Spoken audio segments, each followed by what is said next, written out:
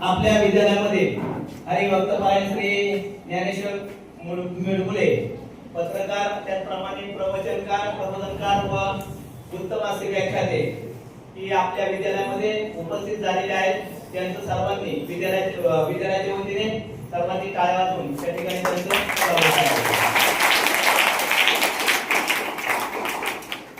मिडगुले महाराजांना या ठिकाणी विद्यालयाच्या वतीने मी विनंती करतो की आमच्या या विद्यार्थ्यांना आपण मार्गदर्शन करावे. आपल्या विद्यालयाचे पर्यवेक्षक श्री हिंगाणे सर थोडक्यात या ठिकाणी आपले मनोगत व्यक्त करतील. विद्यालयाच्या वतीने मी त्यांना विनंती करतो की आपण या ठिकाणी आपलं थोडक्यात मनोगत व्यक्त करा. उपस्थित विद्यार्थी मित्र आणि माझे सहकारी शिक्षक आणि शिक्षेतर कर्मचारी बंधू भगिनी, आज आवाज योग आहे. सकाळीच आपल्या विद्यालयामध्ये युट्यूबला दिसणार आहे ग्रंथदिंडीचं आयोजन या ठिकाणी केलं होतं. आपण सर्व मोठ्या आनंदाने आणि उत्साहाने त्या दिंडीमध्ये सामील झालो आणि एक भक्तिमय वातावरण या विद्यालयामध्ये तुम्ही आम्ही सर्वांनी पाहिले.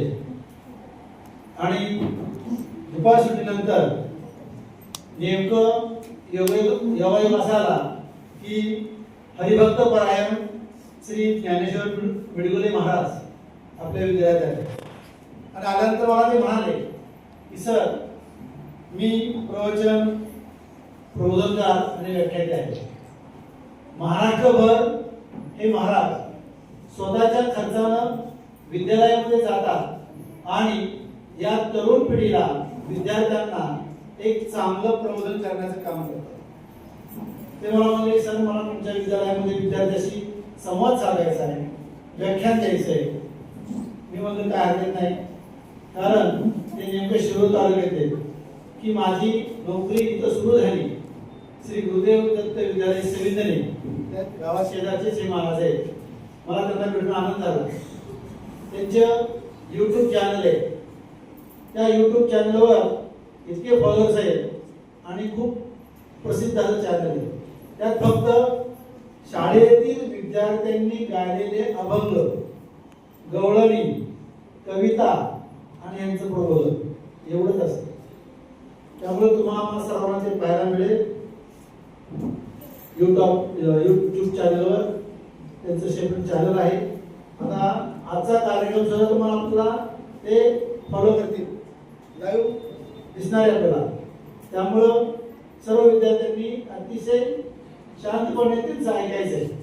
मला माहिती आहे, कारण त्यांचं व्याख्यान ऐकलेलं आहे. अतिशय सुंदर आणि प्रभावशाली ते वक्ते, व्याख्याते आहेत आणि ते आज या ठिकाणी आले. मी आपल्या श्री शिवाजी विद्यालय नसरापूरच्या वतीनं त्यांचं हार्दिक असं स्वागत करतो.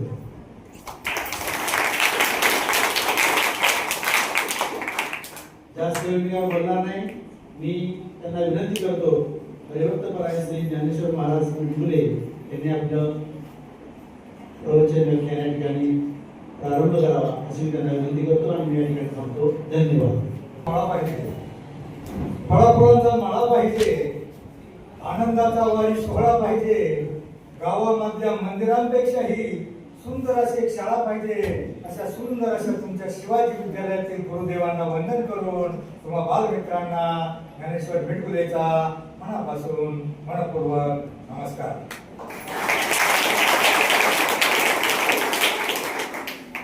खरं तर सर, आमच्या 70 पेक्षा 35 ची पिढी हुशार आहे.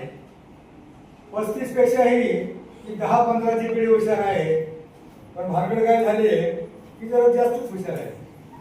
जे चांगलं त्यांच्यापर्यंत पोहोचत नाही आणि पोहोचलं तरी ही डोक्यामध्ये घेत नाही. बघा, संतांचे अभंग आज 700 वर्षानंतरही प्रत्येक गावात कीर्तन, प्रवचन, काकडा, हरिपाठ, भजन गायले जातात आणि ते ताजेतवाने असतात. परंतु डीजेचं, सिनेमाचं, ऑर्केस्ट्राचं गाणं एकच वर्ष येतं, दुसऱ्या वर्षी गायब होतं. मला सांगा 7-8 वर्षापूर्वी एक गाणं आलं होतं आणि एका बाईचं नाव होतं त्या गाण्यात आणि त्या बाईच्या घरापुढे जाऊन मोठमोठ्या पुकार पोरांनी असा धिंगाणा घातला तिचं नाव घेत. ही बाई बाहेर निघाली नाही आणि पुढच्या वर्षी ते गाणे दिसलं नाही. काय बाईचं नाव होतं बाळा त्या? धनाबाई? हा, शांताबाई. धनाबाई, मीराबाई, मुक्ताबाई, बहिणाबाई नव्हतं, शांताबाई. आता मला सांगा, शांताबाईपेक्षा बहिणाबाई, मीराबाई, धनाबाई, मुक्ताबाई चांगलं वाटतं का नाही? आणि ती शांताबाई गेली, दुसऱ्या वर्षी दिसली का? दुसऱ्या वर्षी आला बाबूराव. तो बाबूराव पण दिसला का?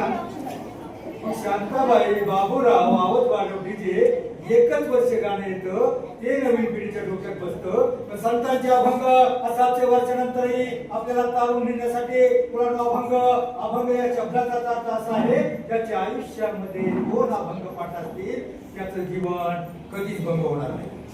बघा, हरिपाठी मुलं संस्थेतले हरिपाठामध्ये एक 38 नंबरचा अभंग आहे. कोणता अभंग आहे मुलांनो? 38 नंबरला अवघाची संसार म्हणा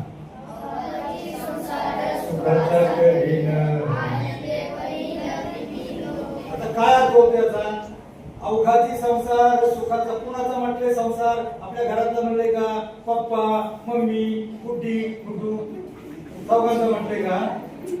अवघाची म्हणजे अवघ्या जगाचा विश्वाचा संसार सुखाचा करी आणि आनंद भरणारी लोक म्हणजे स्वर्ग मृत्यू पाताळ सगळीकडे आनंद निर्माण करेल. अभंगाच्या एका चरणाचा अर्थ एवढा मोठा असतो तर संतांच्या साहित्यामध्ये किती काय सामावले असेल. पण तुम्ही लहान आहात, तुम्हाला अभ्यास एवढा आहे. गीता, गाथा, भागवत मोठे ग्रंथ तुम्ही उचकटणार नाहीत, पण कमीत कमी हरिपाठातला एखादा अभंग पाठ करा, 2 अभंग जीवनामध्ये फक्त पाठ करा. एक अवघाची संसार सुखाचा करील, जगाचा संसार नाही कळला, स्वतःचा कळायचा आहे, बस भरपूर झालं. दुसरा एक सावता महाराजांचा अभंग आहे बघा, कांदा मुळा भाजी. ऐकलंय ना? कांदा मुळा भाजी, अवघी भाजी, लसूण मिरची कोथिंबिरी, अवघा झाला माझा हरी, मोठं नाळा भेंदोरी, अवघी व्यापिली पंढरी, सावता म्हणे केला भळा, विठ्ठल पायी बोलला गळा. सावता महाराजांचं गाव आरण, माळी समाजातले शेती करायचे, कधी पंढरपूरला गेले नाही. पंढरपूर पासून 35 किलोमीटर हायवेच्या इकडे गाव, म्हणजे आपल्या शेतामध्ये मोठ चालू करायचे, पाणी द्यायचे. पहिली बैल असायची, मोठ चालू केल्यावर पहिली बैल असायची. ती बैल कशी चालायची? तर गाणं म्हणलं तर आप चालतं का?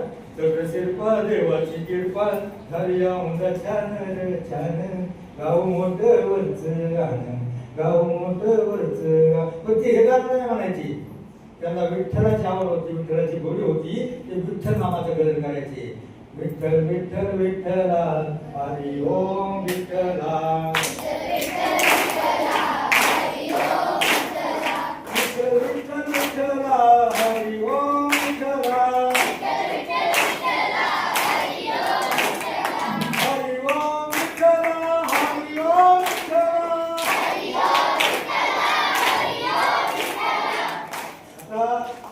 काही मुलांनी सावकाश टाळी वाजवली, पण खरंच ज्यांनी जोरात टाळी वाजवली हाताला धीर निघाला नाही.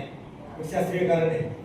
जोरानं विठ्ठल म्हणलं, टाळ्या वाजवल्या तर काय होतं? हाताला सगळ्या मुंग्या येतात, म्हणजे सगळ्या हाताला मुंग्या येतात आणि विठ्ठल विठ्ठल विठ्ठल या शब्दावर जो ध्याव अंतकरणापासून हृदयापासून जी पोटामध्ये कंपन निर्माण होतात, त्यामुळे काय परिणाम होतो? पायाच्या नखापासून डोक्याच्या केसापर्यंत सगळ्या रक्तवाहिन्या प्रवाहित होतात. आणि मग तो मुलगा दिवसातून फक्त 5 मिनिटं विठ्ठल विठ्ठल म्हणत तोरण टाळ्या वाजवील, आयुष्यामध्ये त्याला बीपी, शुगर, रक्तदाब, मधुमेह, चरबी, कोलेस्ट्रॉल, अटॅक येणारच नाही. अटॅक म्हणजे काय असतं? एखादी रक्तवाहिनी गोठते. का गोठते? तो पोरगा हालचाल करत नाही, मोबाईल मध्ये बसतो, खेळत नाही, घरात काम करत नाही, तिथं सफाई करत नाही. दिवसातून 2 वेळा घामाला पाहिजे. तुम्हाला जर निरोगी राहायचं असेल बघा, म्हातारपणी एखाद्याला आजार झाला, डॉक्टरकडे नेलं तर ते म्हणतं ऑपरेशन करायला 20 लाख लागतात. 20 लाख असतात का? आत्ता 5 मिनिटं तुम्ही कष्ट घ्या. आयुष्यामध्ये निरोगी झालं, काय झालं? मोबाईलमुळं ही पिढी खेळायचं विसरली, काम करायचं विसरली. शेतातलं काम करा, घाम गाळा, तर तुम्हाला आयुष्यामध्ये जाण मिळणार आहे. बघा, तुमच्या गावामध्ये कीर्तन होतं. कीर्तनाला किती जण रोज जातात? रोज 1000 रोज. धन्यवाद. संस्थेतली पण सगळी जातात. मी बघितलं सर, एका काळाच्या कीर्तनाला आलो होतो, त्यांनी हात वर केला, ते पण असतात. पण कधी असतात? शेवटच्या दिवशी काल्याचं कीर्तन झालं लाईन मध्ये. कशाला? भोजन. भोजन आणि भजन. भोजन आणि भजन या शब्दामध्ये फक्त एक काना एक मात्रा एवढंच अंतर आहे. पण आता केलेल्या काल्याच्या कीर्तनाचं भोजन फार तर उद्या सकाळपर्यंत तुमच्या पोटामध्ये राहील, वर्षभर राहील. उद्या सकाळी गुरुभूम येतं राहणार वर्षभर. पण एखाद्या कीर्तनातलं, प्रवचनातलं, काकड्यातलं, हरिपाठातला एखादा भंग तुमच्या डोक्यामध्ये बसला, अवघाची संसार सुखाचा करील, मला संसार सुखाचा करायचा आहे, आणि संसार सुखाचा करायचा असेल मला शिकलं पाहिजे, मोठं झालं पाहिजे. माझे आई वडील माझ्यासाठी रात्रंदिवस घाम काढतात, मला काहीतरी शिकवून सवरून काहीतरी बनलं पाहिजे, त्यांच्या म्हातारपणाची काठी बनली पाहिजे.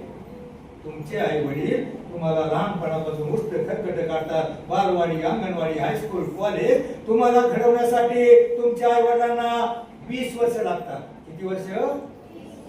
तुम्हाला बिघडवण्यासाठी एक दिवस पुरेसा आहे. कोणता? बघा, तुम्ही तिकडे डीजे वाजला का तुम्ही माग हात पुसता आणि त्याच्या पुढे जाऊन रुटी डान्स. तुम्हाला बोलवतं का कोणी? तुम्हाला हरिपाठाला, कीर्तनाला चला म्हणलं तर तुम्ही जात नाही. पण डीजे पुढे कोणी बोलत नसताना तुम्ही नाचता. मला डीजेचा आवाज एवढा मोठा असतो, गंभीर असतो, आपल्या डोळ्याला, डोक्याला, कानाला बधीर होतात. बघा, डीजे जर रस्त्यावर असला तर घर धनक भांडी हातात. मला सांगा, तुमची डोकी दगड मातीच्या भिंतीपेक्षा होणार आहे? माझ्या एका मित्राचा मुलगा, हडपसरच्या कामगाराचा मुलगा सर, 7वीला स्कॉलरशिपला पहिला आला होता पुणे जिल्ह्यामध्ये. पण त्याला एक वाईट नाद होता, ते सारखं डीजे पुढे जाऊन नाचायचं. गावात डीजे आला, पुढे आला, पार कोपऱ्याला थोडं बांधलं का डीजे आल्यापासून डीजे जाईपर्यंत 2-4 तास देवाला त्याच्या पुढे इतका नाचायचा पार. आणि डीजे पुढे काय पोरं सरळ नाही नाचती सर. डीजे पुढे पोरं इतकी वाकडी तिकडी नाचतात, त्या बाया माणसाला लाज वाढावी. ब्रह्मदेवानं सृष्टी बनवताना किडा, मुंगी, पशु पक्षी सगळे बनवले, आणि सगळ्यात शेवटी एक सुंदर कलाकृती बनवली. त्याचं नाव माणूस. आणि हेच माणूस जर डीजे पुढे वाकडं तिकडं नाचताना त्या ब्रह्मदेवानं वरून पाहिलं, त्याला प्रश्न पडेल, अरे हीच का ती सुंदर कलाकृती? वाकडं जातात सर. त्या मुलाला पहिला 8वीला प्रवेश घ्यायला बाकीची मुलं जात होती चांगल्या हायस्कूल मध्ये. त्याच वेळेस त्याचं डोकं दुखायला लागलं, बाहेर पडला, टेंगुळ आलं, डोक्याला रक्त आलं. बापानं उचलला, हडपसरच्या इनामदार हॉस्पिटल मध्ये नेला. तिथे नेल्यावर त्याचं फोटोग्राफी, स्कॅनिंग, MRI सगळ्या चाचण्या केल्या. डीजे पुढे नाचणार नाही, ऐकावं तरी कोण डीजे पुढे चांगलं नाचत होतं? सगळे नाचत, मला माहिती आहे. तुम्हाला याच्यासाठी सांगतोय, काही परिणाम तुम्हाला माहित नसतो, धोका माहित नसतो, डेंजर, खतरा, धोका तुला बोर्ड लिहिलेला नसतो, आणि मग तुम्ही तिथं पोहोचतात. त्या मुलाचं उचललं, MRI चाचण्या सगळ्या केल्या, डॉक्टरने सांगितलं त्याच्या मेंदूच्या मागच्या बाजू गाठी झाल्यात, ऑपरेशन करावं लागेल, मुंबईवरून स्पेशल डॉक्टर मागावं लागेल. ऑपरेशनचा खर्च सांगितला फक्त 15 लाख. आता मला सांगा, डीजे पुढे नाचणाऱ्या मुलांनी विचार करा, आपल्या घरामध्ये 15 लाख असतात का? कुठं कामगाराचा मुलगा 15,000 पगार करून असणार 15 लाख? ऐन वेळेला एक हुशार पोरग जगलं पाहिजे, वाचलं पाहिजे म्हणून बापसाहेबा बाहेर झाला, कोण देणार पैसे? ऐन वेळेला गावाकडे थोडी जमीन होती, ती 50 लाखाची जमीन आलेली वेळा कोण देणार पैसे? बापानं विकली, डिपॉझिट भरलं आणि त्याचं ऑपरेशन झालं. आता मुलांनो, मला सांगा, तुम्हाला जमीन आहे घरी? आहे का? आहे ना? मग चालत ना.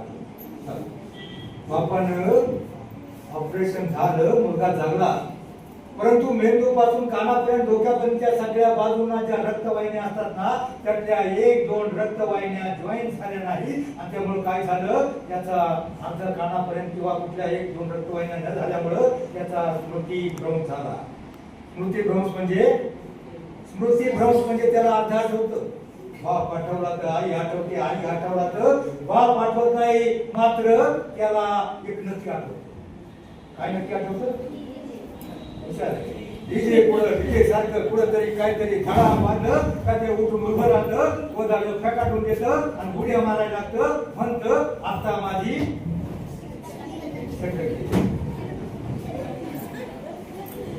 मला सांगा, तुम्हाला जीवनामध्ये माणूस दोनच प्रकारे मोठा होऊ शकतो, एक शिकून आणि सवरून. शिकून मोठं व्हायचं असेल तर तुमच्या डोक्याची, कानाची, डोळ्याची एखादी नस सटकली तर तुम्ही मोठे होणार आहे का? माणूस जीवनामध्ये दोनच प्रकारे मोठा होऊ शकतो, एक शिकून आणि दुसरा सवरून. शिकून म्हणजे शिक्षण, क्षणाक्षणाला शिकायचं असतं. लहानपणी एक तुम्हाला गोष्ट होत बघा, दोन लहानपणाची शर्यत लागते, त्यातला एक जण जिंकतो.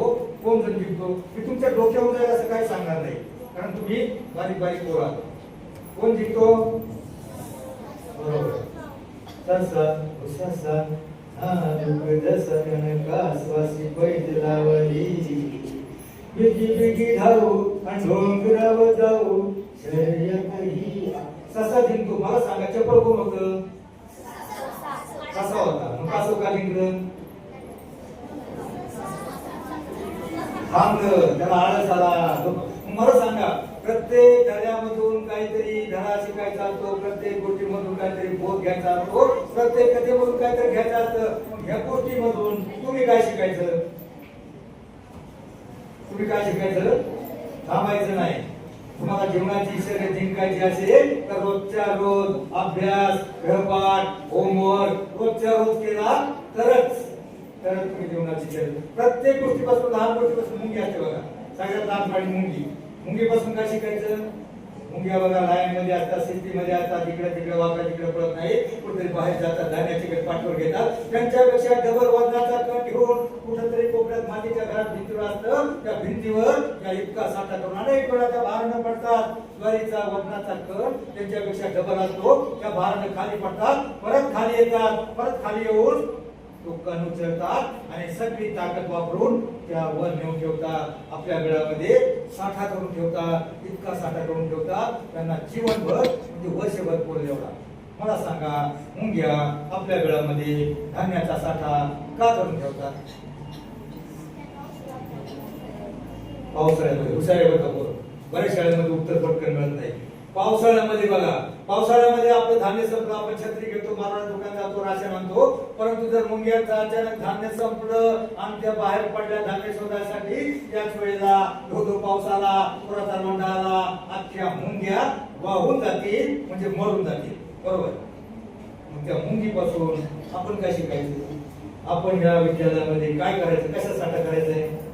आयुष्यभर शेवटपर्यंत तुमच्या उपयोगाला येईल त्या विद्येचा साठा, ज्ञानाचा साठा या विद्यालयामध्ये इतका करून ठेवायचा. कारण मुलांनो, कोणतीही बहुमजली उत्तुंग इमारत 10वी 12वी 10 15 मजली उत्तुंग इमारत उभारण्यासाठी पाया पक्का असावा लागतो. प्राथमिक शिक्षण हे तुमच्या जीवनाचा पाया आहे. तो पक्का करण्यासाठी आयुष्यातला एकही दिवस, एक तास सुद्धा वाया घालू नका. कारण ज्याप्रमाणे धनुष्यातून सुटलेला बाण परत माघारी फिरू शकत नाही, त्याप्रमाणे आयुष्यातला गेलेला अभ्यासाचा एक दिवस सुद्धा परत येत नाही.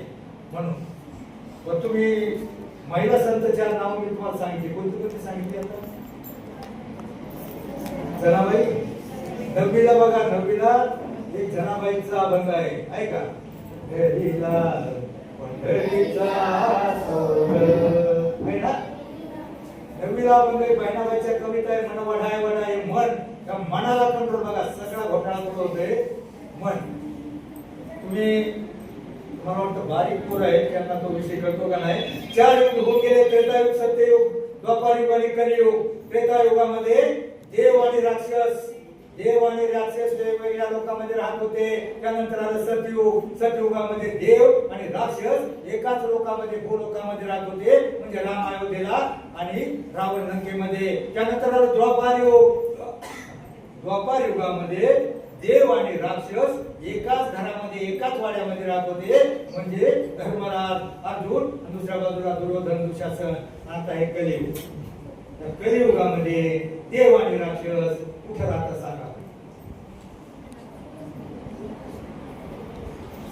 देव आणि राक्षस या कलियुगामध्ये कुठे राहतात? कुठं? एकाच माणसाच्या मनामध्ये राहतात, प्रत्येकाच्या मनामध्ये राहतात. आणि मग यातला आपल्याला देव ठेवायचा आहे, राक्षस बाजूला करायचा आहे. 3 वर्षाच्या चिमुरडीवर अत्याचार होतो, त्या माणसामध्ये राक्षस नाही का? सैतान नाही का, हैवान नाही का? मग राक्षसी वृत्ती हटवण्यासाठी दोनच विचार आहेत, एक संतांचे, शिवरायांचे. संतांचे आणि शिवरायांचे विचार जोपर्यंत या समाजामध्ये सुरक्षित आहे तोपर्यंत आमच्या मुली, लेकी, बाळी, माता सुरक्षित राहतील. म्हणून संतांचे विचार बघा. मीराबाई नाव ऐकले का? मीराबाईचे भजन आहे, 2 ओळी मागं म्हणा आणि त्याच्यातून तुम्ही काय घ्यायचं मी तुमच्या उपयोगाचं तेवढं सांगणार आहे, बाकीचं काही सांगणार नाही. मीराबाईचं भजन होतं बघा. जैसी लागी लगन मीरा हो गई मगन, वो तो गली गली हरि गुण गाने लगी.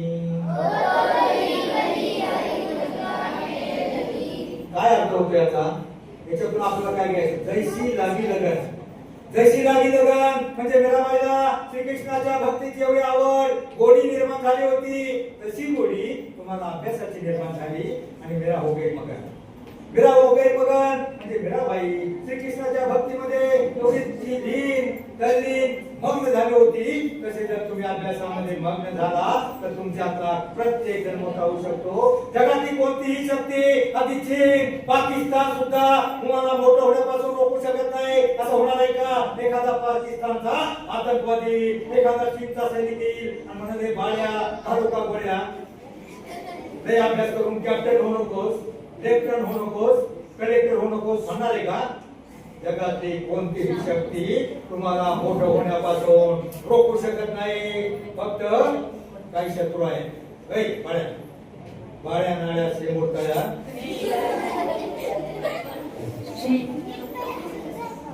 जो गडबड करेल तो.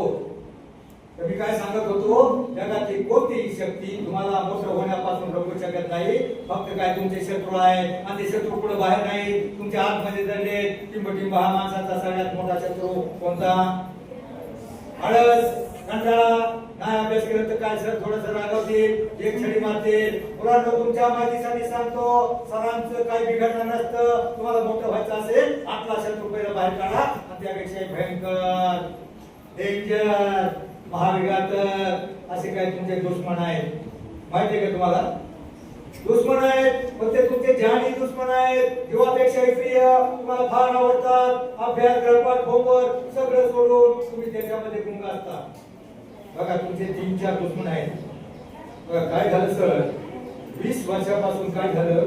टीव्ही आला. टीव्ही आल्याच्या नंतर आपल्या सगळी कुटुंब व्यवस्था विभक्त होत चालली. त्या टीव्ही मध्ये काय मालिका आहेत मॅडम? टीव्हीच्या मालिका ह्या बाईनं पहिले खलनायक अवघड बोंब दाखवायचे रावणासारखे भीती वाटत असेल, परंतु आता खलनायका 2 महिला, एका महिलेनं दुसऱ्या महिलेची घोडी कशी करायची आणि ती घोडी एक टीव्हीच्या मालिकेमध्ये याच्यापेक्षा वेगळी गोष्ट आहे का?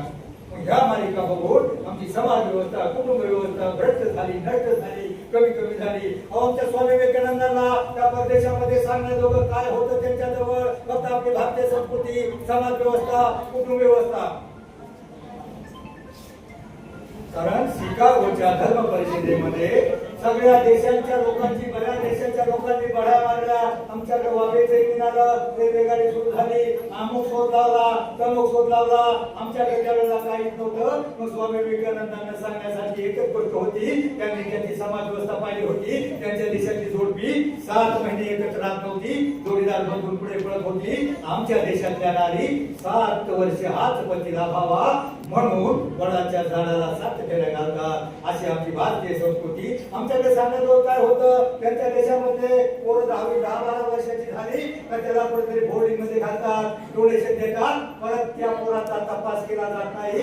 त्यांच्या देशातल्या आजोबांना, तर त्यांच्या देशातल्या आजोबांना माहित नसतं, त्यांच्या देशातल्या आजोबांना माहित नसतं त्यांची नातवंड कोण, किती कुठं आहे.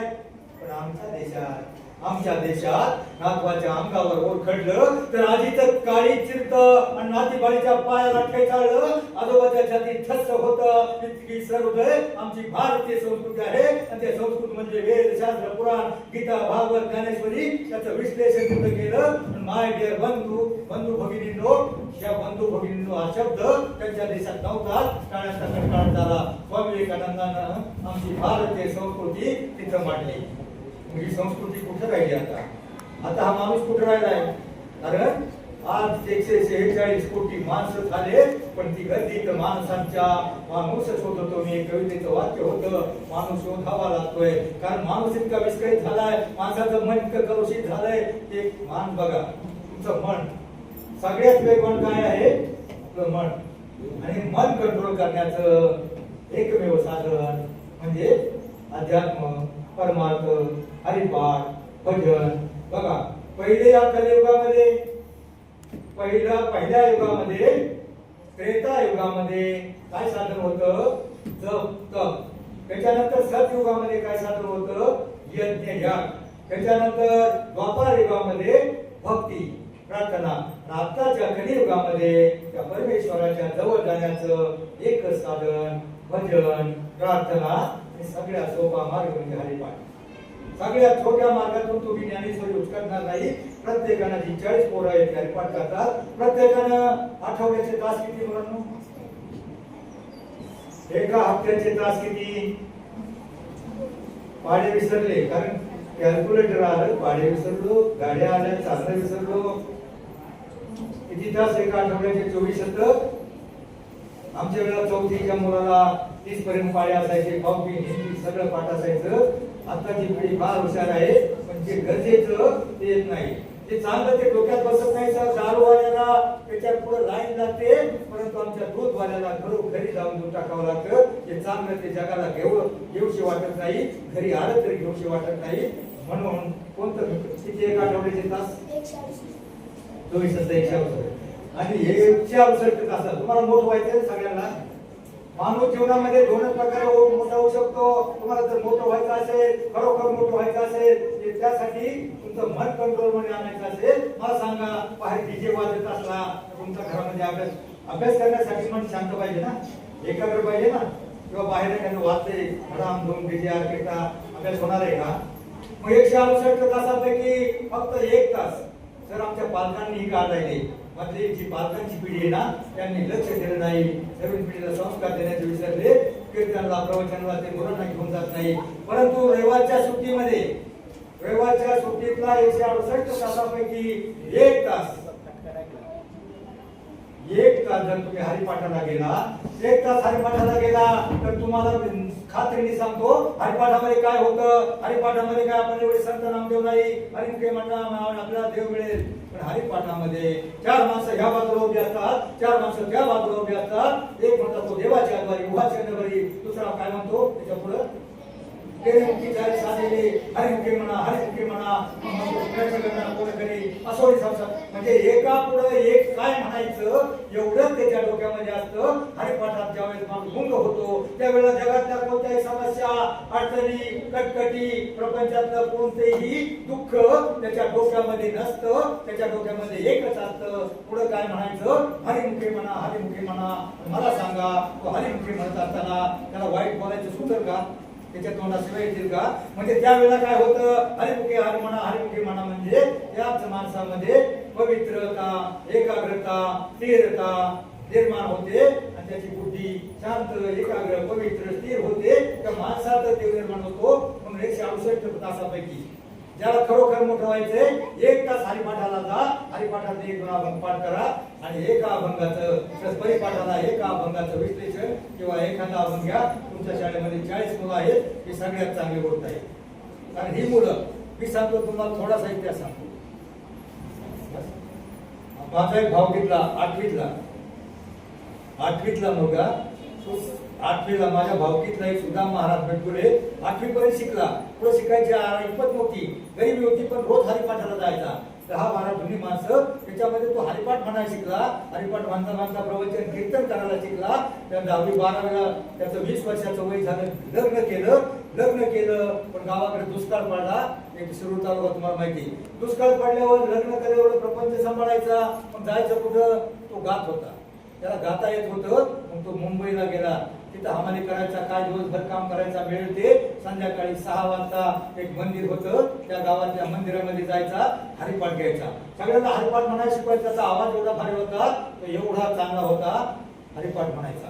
हरिपाठ म्हणल्यावर लोक खुश झाले, तो फेमस झाला, प्रसिद्ध झाला. आणि एक दिवशी काय झालं, त्या मंदिराचा वर्धापन दिन होता. वर्धापनला एक मोठा महाराज सांगितला होता. योगायोगानं त्या महाराजांची गाडी बोरी घाटामध्ये पेट झाली, तो महाराज तिथं पोहोचू शकला नाही, सगळा कार्यक्रम रेडी होता, कीर्तनाची वेळ झाली होती, महाप्रसाद बनवला होता, लोकांना कीर्तनाचं काही पडलेलं होतं, पण बोलण्यासाठी माणसं थांबली होती, ताटकळली होती. मग त्यावेळेला काय झालं, महाराज आला नाही, काय वेळेला सगळ्यांना माहित होतं, अरे आपला हा सुद्धा आहे ना, हा पोरगा चांगला म्हणतोय आणि हा प्रवचनही करतोय, याला उभं करा. आणि मग ना वेळेला झालं, आई त्यावेळी त्याला उभं केलं. महाराज सर त्यांनी असं कीर्तन केलं, तो महापौर खुश झाला आणि त्याने विचारलं हा पोरगा कुठला आहे, काय करतो, तो म्हणला मी कॉन्ट्रॅक्ट मध्ये मिळेल ते काम करतो. त्या महापौरानं जे हॉस्पिटलला लिफ्ट मध्ये त्याला काम दिलं, त्यावेळेला 45 वर्षापूर्वी 20,000 पगार दिला. आज तो 1.5 लाख पगाराने रिटायर झाला, देऊच्या गाथा मंदिराचं सगळं काम बघतोय. म्हणजे अध्यात्मामध्ये एवढी ताकद आहे. 80-90% वाला IT होतो, डॉक्टर होतो, 70-80% वाला इंजिनियर होतो, 60-70% वाला जरा गणित उलटे सांगतो तुला, 60-70% वाला LLB होतो किंवा शिक्षक होतो, त्याचं 50-60% वाला डिप्लोमाला जातो, डिप्लोमा होतो, चांगला कामगार होतो, 40 ते 50% वाला ITI करतो, कंपनीत लागतो. आणि त्याच्या खाल्ला नॉन मॅट्रिक वाला काय होतो, बेकार होतो, एक तर पुढारी होतो, एक तर गुंड होतो, काहीतरी वाईट बिघडतो. पुढारी होऊन शिक्षण संस्था काढतो नॉन मॅट्रिक वाला, आणि भांडवल तुम्हाला उलटी सांगतो, जो याच्या आतला तो माझा मित्र सुद्धा महाराज 8वी शिकलेला, तो कीर्तनकार झाला. 8वी शिकलेल्या माणसाच्या पुढारी पाया पडतो, इंजिनियर पाया पडतो, डॉक्टर पाया पडतो, शिक्षक पाया पडतो. एवढा मोठा उद्योगपती आला, तो कीर्तनाच्या चितार्थावर त्याच्या पाया पडतो. एवढी ताकद या अध्यात्मामध्ये आहे. आणि सर नांदेडचा एक शिक्षक होता, कीर्तनकार, 50,000 त्याला 5 वर्षापूर्वी आम्ही दिले होते, आणि त्याला तिकडे 3 लाख पगार होता. तो मला मी कीर्तन करतो, हा माझा शोक, म्हणजे समाधानासाठी करतो, मी लोकांना काहीतरी देऊ शकतो म्हणून करतो. म्हणजे तुम्ही कीर्तनकार बना असं मी म्हणत नाही, तुमचं कॅरियर करा, डॉक्टर बना, इंजिनियर बना, कामगार बना, काही बना, पण त्याच्या जोडीला माणसाचं जीवन एक अवघड गणित असतं, आणि त्यातला एक हातचा चुकला तरी अख्खं गणित बिघडतं. एक हातचा एक्स्ट्रा हातचा म्हणजे तुम्ही हरिपाठ, परमार्थ, अभंग हे जोडीला ठेवा. तुम्ही कीर्तनकार नका बनू, पण चांगला माणूस नक्की बनू शकाल.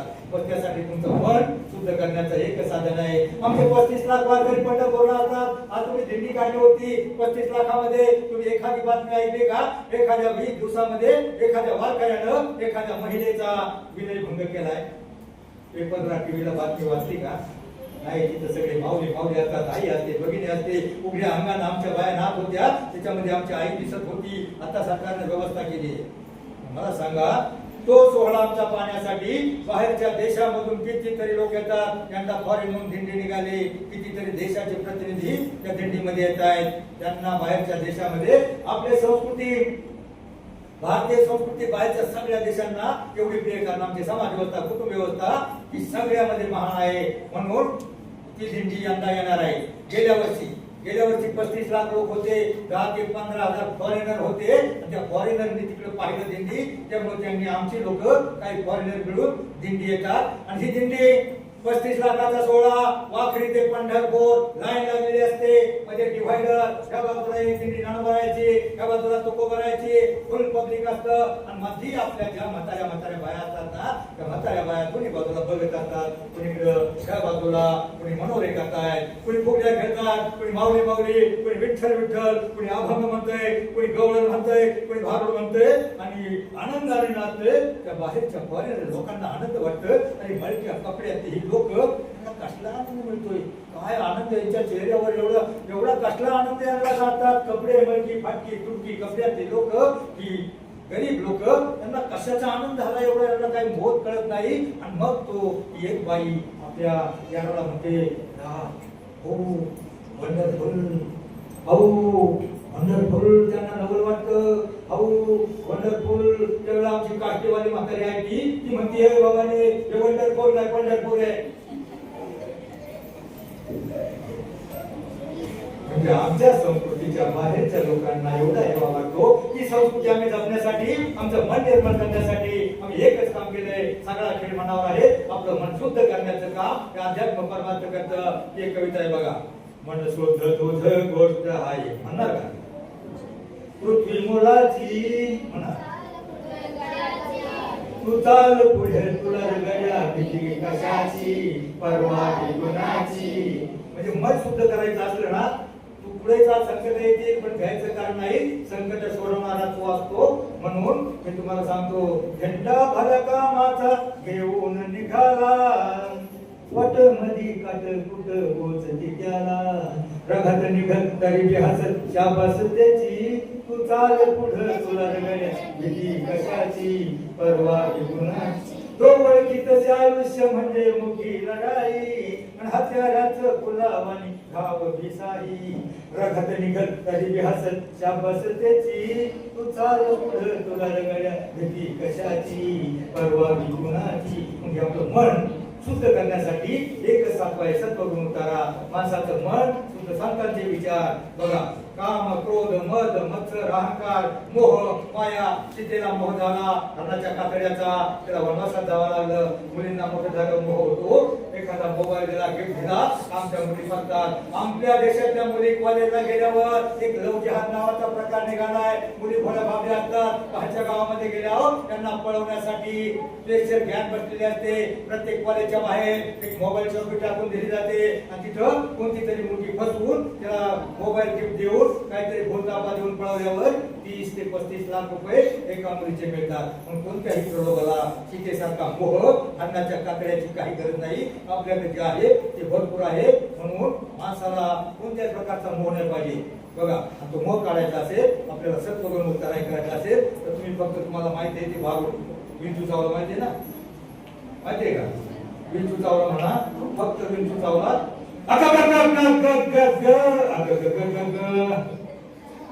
काय मी करू देवा रे देवा अग आया आयो.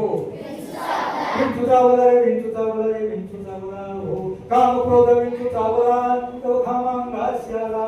पंचप्राण व्याकुळ झाला तिन्ही माझा प्राण झाला. अग ग ग ग काय मी करू मी जाऊ कुणाला सांगू देवा रे देवा. विंचू चावला रे विंचू चावला रे विंचू चावला हो. मनुष्य इंगळ्याती दारुण मज नांगा मारिला तिनं. सर्वांगी वेदना जाण त्या इंगळीच्या ग ग ग ग देवा रे देवा आयो अगं भयो भयो. विंचू चावला रे विंचू चावला रे विंचू चावला हो. त्या विंचवाला उतारा तमो गुण मागे सारा सत्वगुण लावा अंगारा. विंचू विंगळी उतरे झाला ग ग ग ग ग. काय मी करू कुणाला सांगू कुठं मी जाऊ देवा रे देवा. विंचू चावला रे विंचू चावला रे विंचू चावला हो. सत्व उतारा देऊन अवघा सारीला तमोगुण किंचित राहिली पुन पुन शांत केली जनार्दन. सत्व उतारा म्हणजे कोणता उतारा? सत्व उतारा म्हणजे संतांचे अभंग, संतांचे विचार, सुतर्व अभंग. संतांच्या साहित्यामध्ये फक्त अभंग नाही, पदे ओळे दोह्या श्लोक गवळण भारूड याच्या चाली चांगल्या असतात, त्याचा अर्थ चांगला असतो. तो डोक्यामध्ये घ्या आणि मग तो डोक्यामध्ये घेऊन आयुष्यामध्ये तुम्हाला फक्त 2 अभंग पाठ करा. मी काही पुस्तकं हरिपाठात देणार आहे आणि 2 प्रश्न विचारणार आहे. 2 प्रश्न विचारणार आहे. त्या मुलाला हरिपाठ मिळेल आणि ते पुस्तक त्या मुलाच्या नावानं लायब्ररीमध्ये असेल. आता मला सांगा तुम्ही तोरण्याच्या पायथ्याशी आहात, सिंहगडाच्या जवळ आहात, छत्रपती शिवरायांच्या कक्षेमध्ये आहात. जगावं कसं यावर छत्रपती शिवरायांनी शिकवलं, मरावं कसं हे शंभूराजांनी शिकवलं आणि वागावं कसं हे संत समाज सुधारकांनी शिकवलं. आता आपल्याला कुठं शंभूराजासारखं मरायचंय का? आपल्याला फक्त शिकून सवरून मोठं व्हायचंय. तर 2 प्रश्न आहेत. छत्रपती शिवरायांच्या दोन्ही मुलांची आणि सुनांची नावं कोण सांगतं या पटकनी? त्याला एक पुस्तक त्याच्या नावानं हरिपाठ देणार आहे. छत्रपती शिवराय इतिहासाच्या पाणी पाणी अमर चौप्रभूंची गाथा अभिमानानं मार्ग मराठी त्यांच्या चरणी माता. छत्रपती शिवरायांच्या दोन्ही मुलांची सुनांची नावं सांगते. सांगा पटकन. त्यांच्या नावाने लायब्ररीमध्ये पुस्तक आहे, सांगा पटकन सांगा. कारण छत्रपती शिवरायांच्या जर मुलांची सुनांची नावं आपल्याला माहित नसतील तर आपण या रायगडाच्या तोरणाच्या राजगडाच्या पायथ्याशी राहायच्या लायकीचे नाही. हा सांग सांग बरं शिवाजी महाराज. छत्रपती शिवरायांच्या मुलांची आणि सुनांची नावं त्यांनी देशासाठी बलिदान केलं परंपरा भेटणे व्हावा. छत्रपती शिवाजी महाराजांच्या मुलाचे नाव छत्रपती राजाराम महाराज, छत्रपती संभाजी महाराज. आणि सुनांची जाऊ द्या. येसुबाई ताराबाई कमीत कमी 2 तरी तिला अर्थ तरी आली. ही एक पुस्तक घे आणि हे पुस्तक लाईव्ह तुझं नाव टाकायचं लायब्ररी मध्ये आणि हा हरिपाठ बोला. तर आता माझा दुसरा प्रश्न मुलींनी सांगितलं आता मुलांना काहीतरी मिळलं पाहिजे ना. एक पुस्तक मुलांना एक पुस्तक पाहिजे का नको मुलांना सोपा तुमच्या आवडीचा प्रश्न तुमच्या विचारा. तुम्ही एक पिक्चर बघितला होता मागे लहानपणी फेमस झाला. त्या पिक्चर मधल्या हिरोचं आणि त्याच्या मित्रांची नाव सांगायची पडते. सैराट मधल्या हिरोचं हा बरं हा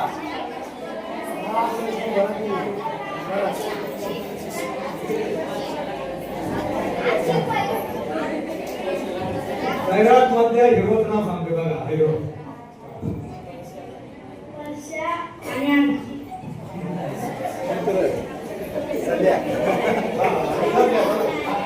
त्याच्यासाठी हात द्या, फक्त हात द्या. बघा, मुलगा हुशार आहे, त्याला त्याच्यामुळे काहीतरी बोलू शकतो. कमीत कमी त्याने लक्षात नाही ठेवलं. तर मला सांग बाळा, याला 2 प्रश्न असा होता. आपल्या देशाची राज्यघटना ज्यांनी लिहिली ते डॉक्टर बाबासाहेब आंबेडकर आणि मुलींना शिक्षणाची संधी उपलब्ध करून देणाऱ्या क्रांतिज्योती सावित्रीबाई फुले आणि विद्येविनामती गेली मती विनानीती गेली विद्येविना वित्त गेले विद्याविना सूत्र करते अवघे अनर्थ या अविद्येने झाले या महात्मा ज्योतिबा फुले डॉक्टर बाबासाहेब आंबेडकर यांच्या मुलाचं नाव काय? सांग काय माहिती तुला काय लग्न सांगितलं बरोबर. भानगड काय झाली सर जे गरजेचं आहे की आपल्या पिढीला माहित नाही. छत्रपती शिवरायांच्या आंबेडकरांच्या शाहू फुलेंच्या मुलांची नावं त्यांना शाळेमध्ये मला वाटतं सर मॅडम आहेत सगळ्या मॅडम आपले आपण घराला दूध घेतो ना 1 लिटर दुधामध्ये किती माप असतात? 2 माप. आपण बारकाईनं बघतो हा 2 टाकतोय का नाही का अर्ध टाकतोय आपण बघत असतो तो फुलं टाकतो परंतु जर थोडं जर हिंकाळलं ना तो अर्ध माप एक्स्ट्रा चालतो आणि आपल्या समाधान वाटतं अरे गवळ्याने आपल्याला जास्त दूध टाकलंय समाधान वाटतं. मॅडम तेच एक्स्ट्रा संस्काराचं या पिढीवर टाका. थोडा मोठ्यांचे विचार संतांचे अभंग संस्कार याच्यामध्ये लोकांमध्ये घुसले तरच आपली पिढी तिकडे पुढे बसलेले कशाला वाचायचे काय सांगतो इकडे लक्ष द्या. धन्यवाद. मला वाटतं कंटाळा आला तुम्हाला. पण जाऊ द्या. आता मी तुम्हाला फक्त 4:30 तुम्हाला सगळ्यांना हात आहेत का? हात एखादा आहेत ना? हात वर करा. शाळा आहे. बरं, बरं. हात खाली करा.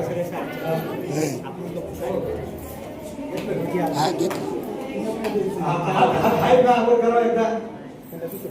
बरं सगळ्यांना पाय आहेत का? पाय पाय वर करा.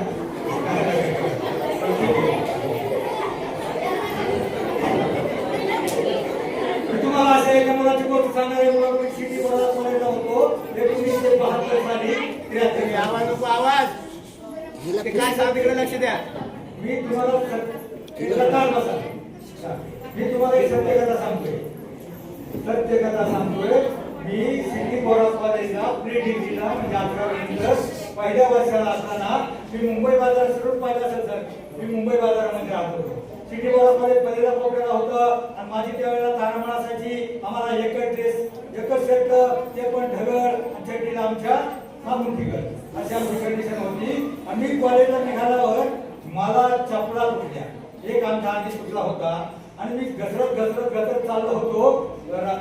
ज्या वेळेला धाडीवाल शेठच्या माणिकच्या जाताच्या बिल्डिंग जवळ आलो त्यावेळेला माझा दुसरा अंगठा तुटला. दुसरा अंगठा तुटल्यावर पायाचा मिळालं सत्य कथा सांगतोय. मला किती दुःख वाटलं रे काय आपली परिस्थिती काय आपली गरिबी आपल्याला देवाने काही दिलं नाही. मी माझ्या मनाशी रडत असताना मी समोरून एक पोरगा येताना पाहिला त्याला 2 पायच नव्हते. तो हात गाडी गेली होती, हातानं घरगळत घरगळत, ती चाकानं गाडी घरगळत घरगळत कुठून येत होता.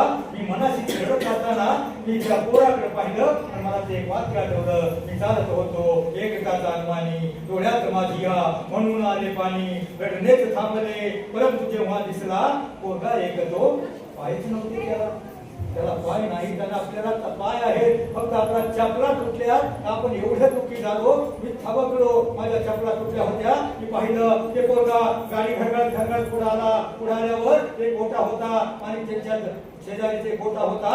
त्या गोट्यावर त्याने त्या गाडीवर आपले हात टेकवले, आपलं अंग त्या गोट्यावर बसवलं. ती गाडी वर घेतली, ती पिशवी काढली, टाकेतली पिशवी काढली आणि पिशवी काढल्याच्या नंतर त्या पिशवीतलं सामान त्यानं पुढं मांडलं. आता मला सांगा त्याच्या पिशवीमध्ये काय असू शकतं? बजाव द्या. त्याचे पाय का तुटले होते? तो 7वीला होता. 7वीला असताना काहीतरी फी लागत होती, स्कॉलरशिप वगैरे का त्याची आई हमाई करत होती. बाप दारू पेत होता, त्याला फी देण्यासाठी त्यावेळेला 10 रुपये सुद्धा त्याच्या आईकडे नव्हते. त्या फी देण्यासाठी पोरग रडत होतं. आई मला शेवटचा दिवस आहे, मला फार भरायचे, फी दिली पाहिजे. आई म्हणली अरे आता आज नाही, काहीतरी कर. पोरग जात नव्हतं, पण थोडा उशीर झाला. 11 वाजले, पोरग घरी निघालं. जा त्याला म्हणले आई मी काहीतरी धनी वाणी करील, तुला कोणतरी घेईल पैसे, उद्या तुला देईल असं म्हणल्याच्या नंतर त्या आईनं त्याला बळत पाठवलं होतं. शाळेला आधीच उशीर झाला होता. पोरगा धावत निघाला, पलीकडल्या नदीच्या बाजूने निघाला आणि त्या कॉर्नरला सिटी बोरा कॉर्नरला तो पळत निघाला आणि एक गाडी आली, भरकन त्याला उडवलं. त्याच्या दोन्ही पायावरून गेली. त्याचे दोन्ही पाय तुटले होते. तुटल्यानंतर 6 महिन्यानंतर त्याचे दोन्ही पाय छाटले होते आणि त्या गुडक्या पायानं त्यावेळेला तो पोरगा तिथं हजर होता. 7वीचा स्कॉलरशिपला बसू शकणारा पोरगा हजर होता. मी पाहिलं त्याने पिशवीतलं सामान गोट्यावर ठेवलं. त्याच्या पिशवीमध्ये काय असेल? त्याने पिशवीतलं सामान काढलं, पिशवीतून सामान काढलं आणि सामानातून काढलं जसं तो पोरगा आला. त्या पोरगाला पाहिलं, शेठ सावकार मारवाडी सगळे पेठतले त्याच्या पुढे जमा व्हायला लागले. त्याच्या पिशवीमध्ये होतं पॉलिशचे डबे, कलरचे डबे आणि मालिशचं तेल. शेठ सावकार दिवसभर बसून त्यांचे पाया करतात, त्यांची तो मालिश करून द्यायचा, कोणाच्या बुटाची व चपलेची पॉलिश करून द्यायचा. आणि मारवाडी पैशावाली कंपनी होती, त्याला 4 आणि 8 आणे करून तो मुलगा, त्याला 10 रुपये ज्या वेळेला फी नव्हते, तो मुलगा रोज 20-25 रुपये कमवायला लागला. रोज 20-25 रुपये कमवायला लागला आणि त्याचे पाय शाळेने त्याला थोडे पाय मोठ्या पायानं तो पुढच्या वर्षी शाळेमध्ये गेला. त्याला शिकायचं होतं आणि तो शाळेमध्ये जात असताना प्रत्येक दिवशी सकाळ 10 पर्यंत तो मालिश करायचा. त्याने एवढे पैसे साठवले. त्यानं पुढं MPSC दिली, UPSC दिली. पण त्यानं काय केलं? त्याचं दुःख होतं आपल्याला पाय नाही. आपल्याला जर पाय नाही तर जगाला ज्याला पाय नाही याचे पायाचं दुःख त्याला माहित होतं. म्हणून त्यानं इंजिनिअरिंगचा एक कोर्स केला. आणि तो कोर्स म्हणजे हात पाय, आपले पाय बसवतात ना नकली पाय, त्या नकली पाय बनवणाऱ्या कंपनीमध्ये तो लागला. त्यानं पैसेही कमवले आणि तो त्याला हरिपाठ वगैरे तो भजन कीर्तनही करायचा. आणि मग त्याला मुलांनो वयाच्या 40व्या वर्षी ज्या मुलानं आज दिंड्या निघतात ना, आपल्या दिंड्या निघतात, तर इकडे पुण्यापासून इकडे यवत पर्यंत आणि इकडे माऊलीच्या सासवड पर्यंत त्या माणसाची 50 माणसं असतात. कशासाठी? जे वारकरी जातात ना, त्याच्या पायाची मालिश करण्यासाठी, कोणाच्या पायाचं मलम लावण्यासाठी, सेवा करण्यासाठी. आज तो माणूस करोडपती आहे आणि त्यानं हजारो पोरांना मदत केली. जे अपंग आहेत, पोलिओ झालाय, अपंग माणसाला मदत करणारा अकोल्याचा ज्ञानेश्वर वाघमारे या त्या माणसाचं नाव. ज्याचे पाय तुटले होते, पाय तुटलेलाही मोठा होऊ शकतो, काळाही मोठा होऊ शकतो, मुंगळाही मोठा होऊ शकतो, लुकडाही मोठा होऊ शकतो. मला सांगा आपल्या भारताच्या राष्ट्रपती काय त्यांचं नाव आहे? तर बोराय पण बोराय कोणत्या जाती जन्मल्या? आदिवासी समाजात जन्मलेली एक मुलगी, कलर काळा, परंतु वयाच्या 6व्या वर्षी तिचे आई वडील खजानीमध्ये गाडले गेले. अनाथ आश्रमामध्ये शिकली आणि इतकी शिकली, मन लावून शिकली, कारण तिचं मन व्हायबल करण्यासाठी त्यावेळेस मोबाईल नव्हता, टीव्ही नव्हता. इतकी शिकली. तिच्या ग्रॅज्युएशन नंतर तिच्याकडे 6 डिग्री आहेत. तिला राष्ट्रपती बनवलंय. ते तिचं टॅलेंट पाहून, तिचा कलर पाहून किंवा जात पाहून नाही. पीटी उषा नाव ऐकलं? पीटी उषा कोण होती? बरोबर धाव करतो ना. मग तिला अभ्यासाचं किती शिकली माहितीये का? सचिन तेंडुलकर किती शिकला, पीटी उषा किती शिकला. अभ्यासाचा तिला फार कंटाळा. सहावी पर्यंत गेली. अर्धे दिवस 15 दिवस गायब असायचे आणि गायब असते परत कंटाळा आला का मागचे नाही ना. कंटाळाला सांगा बरं का, कारण मला सुधारत नाही. चिंता झाली तरी मी थांबत असतो. पीटी उषा नाव ऐकले. तिला शाळेचा फार कंटाळा. आदिवासी समाजातली मागासवर्गीय ती एक मुलगी, पण ती शाळेत जायची नाही. 15 दिवस गायब, 15 दिवस घरी असायची. शाळेचा फार कंटाळा. मग कंटाळा असल्यावर कोणतं मुलगा येत नाही त्यावेळेस गुरुजींना शोधायला पाठवायचे. गुरुजी सायकलवर आले त्यावेळेला ती डोंगराच्या कडेला रस्त्याच्या कडेला बसली होती आणि डोंगराला शेळ्या लावल्या होत्या. शेळ्या लावलेल्या असताना त्यावेळेला काय झालं, गुरुजींना जसं सायकल ऐकायला तिनं पाहिलं म्हटल्यावर गुरुजीच्या घराची तगाट पळाली, मुगाट पळाली आणि तो वाऱ्याच्या वेगानं पळाली, डोंगरावर जाऊन बसली. गुरुजी पाहतच राहिले. म्हणजे मार्ग कमी असले तर घाबायचं नाही. गुरुजी पाहतच राहिले. अरे पोटी एक हैवान वाऱ्यासारखी पळाली, नाही सापडली पोटी. ती घरी शाळेत गेले. दुसऱ्या दिवशी सकाळ ते पीटी उषाच्या पालकांक घरी आले आणि त्यांना सांगितलं तुमच्या मुलीला शाळेत पाठवा. त्याला अभ्यासाचा कंटाळा असेल, अभ्यासात कमी असेल, काही हरकत नाही, घरी पाठवा म्हणल्यावर तिचे पालक घेऊन आले. आणि पहिल्याच दिवशी त्या मुलीच्या आवडीच्या शाळेचा एक कार्यक्रम होता, खेळाच्या स्पर्धा. मग त्या खेळाच्या स्पर्धामध्ये त्या मुलीला भाग घ्यायला लावला आणि ती मुलगी सगळ्या शाळेमध्ये पहिल्या नंबरला आली. बऱ्याच वर्षापूर्वीची गोष्ट आहे. त्याला 10 रुपये बक्षीस दिलं सरांनी. मुख्याध्यापकांनी 10 रुपये बक्षीस दिलं. मग तिला फार बरं वाटलं, उत्साह वाटला. अभ्यासाचा कंटाळा, अरे काहीतरी मिळतंय. मग तिला उत्साह वाटला. तिची उदू झाली, तिचा सत्कार झाला, लोकांनी टाळ्या वाजवल्या. मग ती मुलगी रेल्वे शाळेत जायला लागली. मग 7वीला पास व्हायला लागली, 8वीला गेली, 9वीला गेली. शाळेने तिला तालुक्यावर पाठवलं, 10वीला तिला जिल्ह्यावर पाठवलं. तिने सुवर्ण पदक मिळवलं. मग तामिळनाडूमध्ये पाठवलं आणि मग तिनं तामिळनाडूमध्ये तिला सुवर्ण पदक मिळालं. मग आपल्या भारतामध्ये पाठवलं गेलं. त्या गावातर्फे सगळ्या गावांनी मिळून तिचं खेळ पाहून, तिची चलाकी पाहून आपल्या भारताचं पदक तिला मिळालं.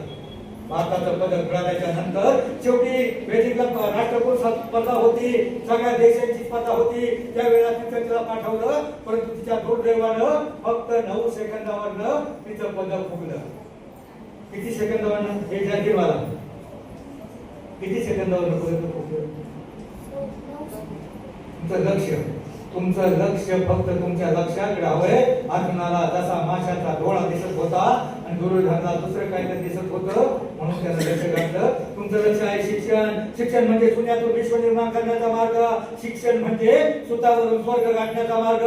लोक मेल्यावर स्वर्गात जाण्याची इच्छा व्यक्त करतात, पण शिकला सवरलेला माणूस या पृथ्वी तलावर स्वर्ग निर्माण करू शकतो. एवढी ताकद या शिक्षणामध्ये आहे. म्हणून मन लावून शिका. काय शिका म्हणलं? लक्ष तुमचं फक्त गुरुजी काय शिकवतात, ज्याचं मी काय सांगत होतो, 9 सेकंदावर होतं. परंतु तिला हार मानली नाही. ती परत गावाला आली, तिने प्रॅक्टिस केली. रोज सकाळी उठायची, तांबड्यामध्ये 5 किलोमीटर गावापर्यंत जायची आणि परत 5 किलोमीटर रिटर्न यायची. तिने प्रयत्न सोडले नाही. हार मानली काय? एखाद्या मुलाला कमी मार्क पडली, एखादा मुलगा नापास झाला, लगेच नाराज होतो आणि मग लगेच हातपाय गाळतो. हार मानायची नाही, कारण असफलता आली म्हणून घाबरायचं नाही. असफलता एक चुनौती है, उसे स्वीकार करो. क्या कमी रहेगी देखो, अब सुधार करो. जब तक सफल ना हो, नींद चैन को त्यागो तुम, संघर्ष का रास्ता छोड़कर मत भागो तुम, क्योंकि कुछ किए बिना ही जय जयकार नहीं होती. कोशिश करने वालों की प्रयत्न करा. तिने प्रयत्न चालू ठेवला की रोज प्रॅक्टिस करायला लागली. त्या गावाकडून त्या गावाकडे एक दिवस चमत्कार झाला. त्या गावात जशी पोहोचली आणि जशी मागे फिरली तशी त्या गावामध्ये कुत्र्यांची कळवण लागली होती. कुत्र्यांची भांडणं पाहिली का? कुत्र्यांची कळवण लागली होती. ती जशी मागे फिरली, एक कुत्र तिच्या मागे पळालं, बाकीची कुत्री त्या कुत्र्याच्या मागे पळाली. तिला असं वाटलं का ती कुत्री माझ्या मागे लागली आणि मग त्या कुत्र्याच्या भ्याने ती अशी चिकाट पळाली, गगाट पळाली, पुंगाट पळाली. 9 सेकंद सोडा, 15 सेकंद उठले. किती सेकंद उठले?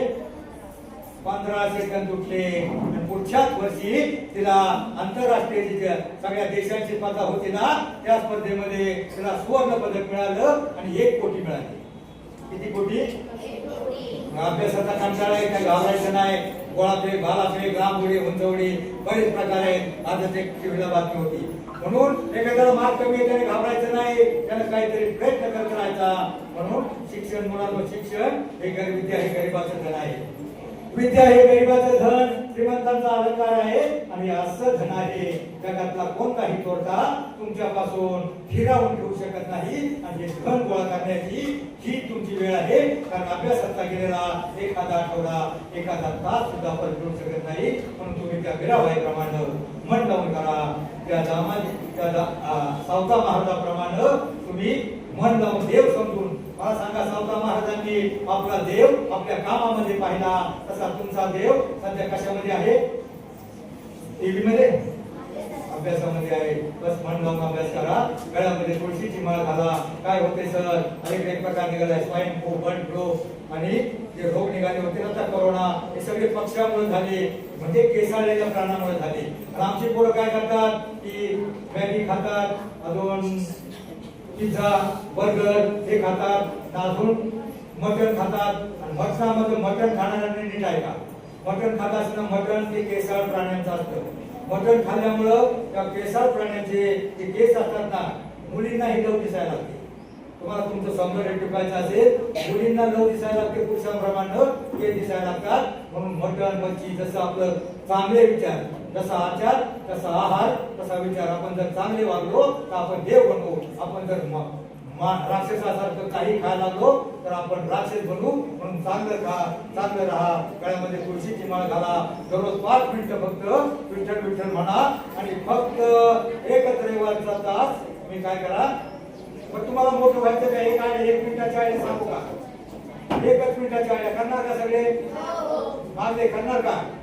मला सांगा, तुम्ही घरून निघताना तुम्ही देवळात जाऊन देवाच्या पाया किती जण पडले? हात वर करा.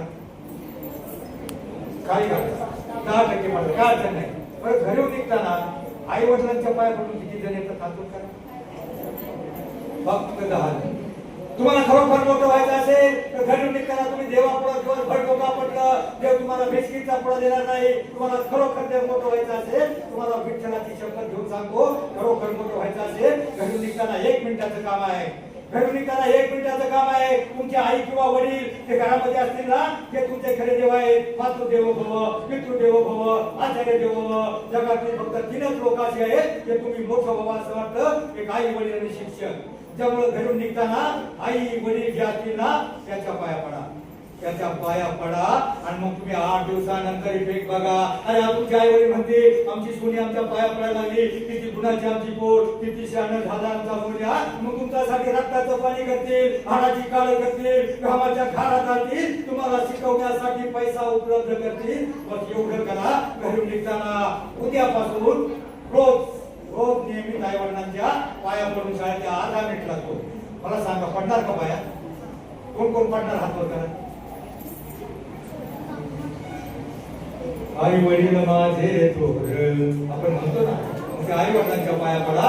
तुमच्या प्रत्येक मोठा होऊ शकतो. पण मला वाटतं वेळ बराच झाला आहे. आयुष्यामध्ये जगा इतकं, आयुष्य कमी पडेल, शिका इतकं, डिग्र्या कमी पडतील, हसा इतकं, आनंद कमी पडेल. एवढा असे कमलाची वाचा भाषा निघून पडेल. पण तुम्हाला प्रयत्न इतका करा, अभ्यास इतका करा, त्या विठ्ठलाला, पांडुरंगाला, त्या देवांना तुम्हाला देणं भागत पडेल. बस जाता सूर्यानं प्रतिप्रश्न केला. सूर्यानं प्रतिप्रश्न केला, माझ्यानंतर त्या जगाला कोण प्रकाश देईल? त्यावेळी चंद्रशेखरला मोठमोठे तारे मिळवले. एक पंथी समोर म्हणाले, प्रभो माझ्या परीनं मी नक्की प्रयत्न करेन. याच वेळेला माझ्यासाठी एका काजलानं ठरवलं. त्याच वेळेला माझ्यासाठी एका ध्येयवादी पत्रकारानं ठरवलं, कुठंतरी काना कोपऱ्यात जाऊन निवडणुकीत अज्ञानाच्या अंधाराला प्रकाशाचं अस्तित्व दाखवूनच थांबेल, दाखवूनच हरेल. जय हिंद, जय महाराष्ट्र.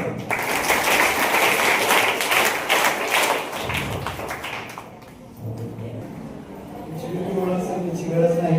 आज आपल्या विद्यालयात या ठिकाणी किंवा सर्वांना, आपण खेडेगावातले आहोत, सर्वांना आध्यात्मिक परंपरेचा जवळ पाहिलेले आहे.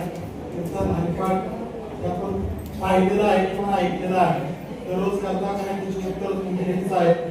आज या ठिकाणी आपले पर्यवेक्षक सन्माननीय ज्ञाने सर आणि त्यांनी केलेल्या विनंतीला मान देऊन आपल्या सर्वांचं प्रबोधन त्यांनी आपल्या समोर ते सन्माननीय श्री हरिभक्त पारायण ज्ञानेश्वर महाराज मुरगुले यांचं प्रथमतः विद्यालयाच्या वतीनं मनपूर्वक आभार मानतो. तसेच त्यांचे सहकारी दत्तात्रय भुजबळ सर यांनी सुद्धा आपला कार्यक्रम त्यांच्या चॅनलवरती लाईव्ह टेलिकास्ट करण्याची व्यवस्था केली. त्यांचा देखील शिवाजी विद्यालयातर्फे मनपूर्वक आभार. आपण देखील सर्वांनी शांतपणे ऐकून घेतला आणि महाराजांनी बोलताना सांगितले की मुलं हुशार दिसत आहेत, पण केवळ आश्रमातलीच नाही तर बाकीच्याही मुलांनी थोडासा तो गंध आध्यात्मिक याचा आपण घेतला पाहिजे. जसं आता त्यांनी सांगितलंय आठवड्यात एक दिवस, आठवड्यात एक तास हरिपाठ आणि निघताना आयोगाच्या पाया पडणं सर्वांना शक्य आहे. एवढी आमची मुलं नक्कीच करतील. त्या ठिकाणी महाराजांना त्या ठिकाणी संस्कार आपण विद्यार्थ्यांचं घेत आहोत. मी इमानसरांना विनंती करतो त्यांनी माननीय ज्ञानेश्वर महाराज मुरगुले यांचा श्रीफळ आणि पुष्प देऊन स्वागत करावं.